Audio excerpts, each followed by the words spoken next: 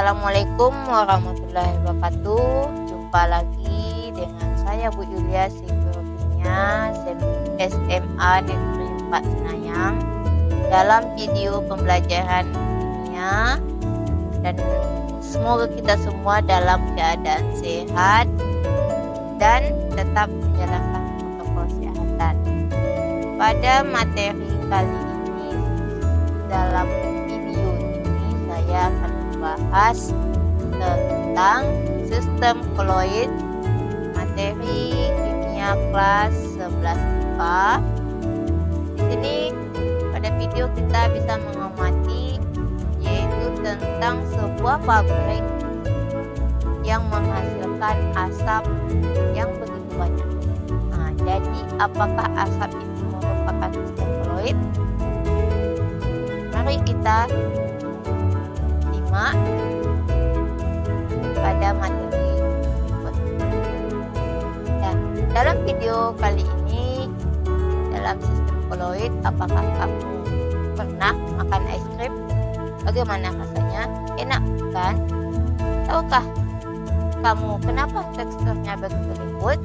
Jadi, apakah sistem koloid dalam es krim itu ada? Maksudnya itu apakah es krim termasuk sebuah sistem koloid? Yuk kita pelajari pada materi berikut. Yang pertama,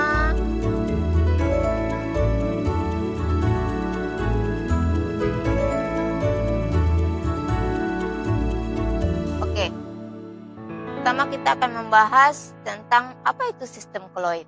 Jadi, sistem koloid adalah suatu campuran heterogen antara dua zat atau lebih, di mana partikel-partikel zat yang berukuran koloid atau fase terdispersi tersebar merata dalam zat lain atau medium pendispersi.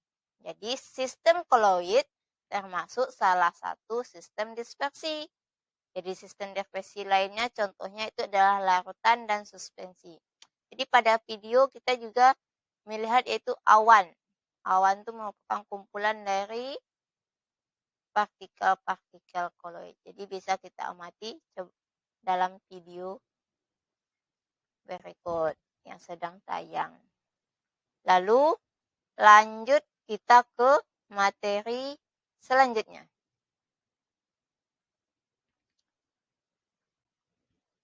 yaitu perbedaan antara larutan, koloid, dan suspensi. Jadi, di antara ketiga ini kita bisa membedakan berdasarkan sifatnya. Jadi, kalau larutan, kalau sifatnya itu adalah homogen, tidak dapat dibedakan walaupun menggunakan mikroskop ultra.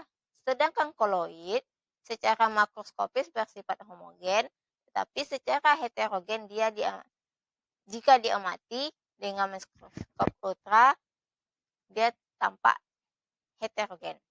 Nah, sedangkan suspensi dia itu adalah bersifatnya itu adalah heterogen. Lalu sifat yang perbedaan kedua yaitu kalau larutan semua partikelnya berukuran kurang dari 1 nanometer. Sedangkan koloid partikelnya berukuran antara 1 nanometer sampai dengan 100 nanometer. Jika lebih dari 100 nanometer ukuran partikelnya itu berarti dia termasuk ke dalam suspensi. Nah, yang ketiga perbedaannya itu adalah kalau larutan bersifat satu fase. Jadi satu fase atau satu fasa. Kalau koloid dia terdiri dari dua fasa. Kalau suspensi terdiri juga dari dua fasa. Lalu larutan ini dia bersifat stabil, sedangkan koloid pada umumnya stabil, ada yang tidak stabil. Sedangkan suspensi itu tidak stabil umumnya. Perbedaan kelima itu adalah tidak dapat disaring. Jadi kalau larutan tidak dapat disaring, sedangkan koloid tidak dapat disaring kecuali dengan penyaring ultra. Jadi secara ultra dia bisa disaring, secara saring biasa dia tidak bisa. Lalu suspensi dia dapat disaring, dia dapat dibedakan mana fase zat penyusunnya. Lalu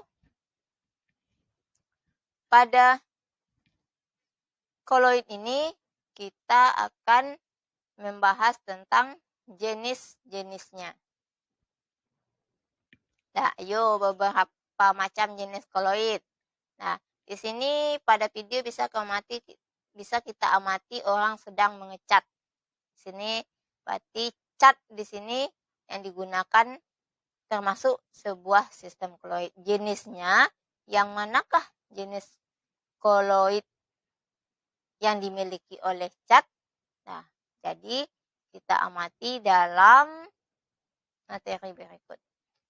Nah, jadi jenis koloid yang pertama yaitu adalah emosi. Apa itu emosi?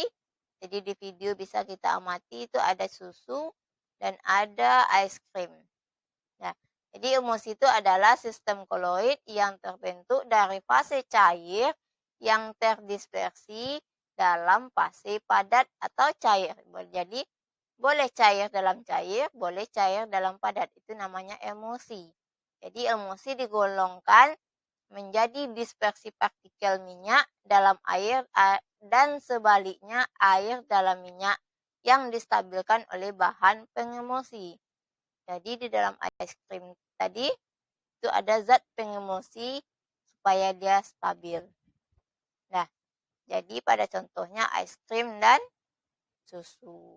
Jadi ada lagi contoh yang lainnya.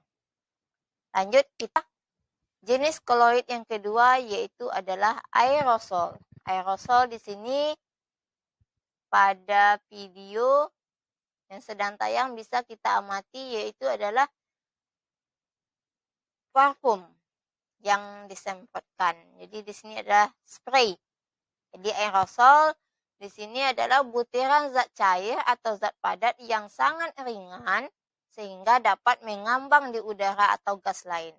Jadi yang asap tadi pada yang dihasilkan oleh pabrik juga termasuk aerosol. Lanjut, yang ketiga yaitu adalah gel.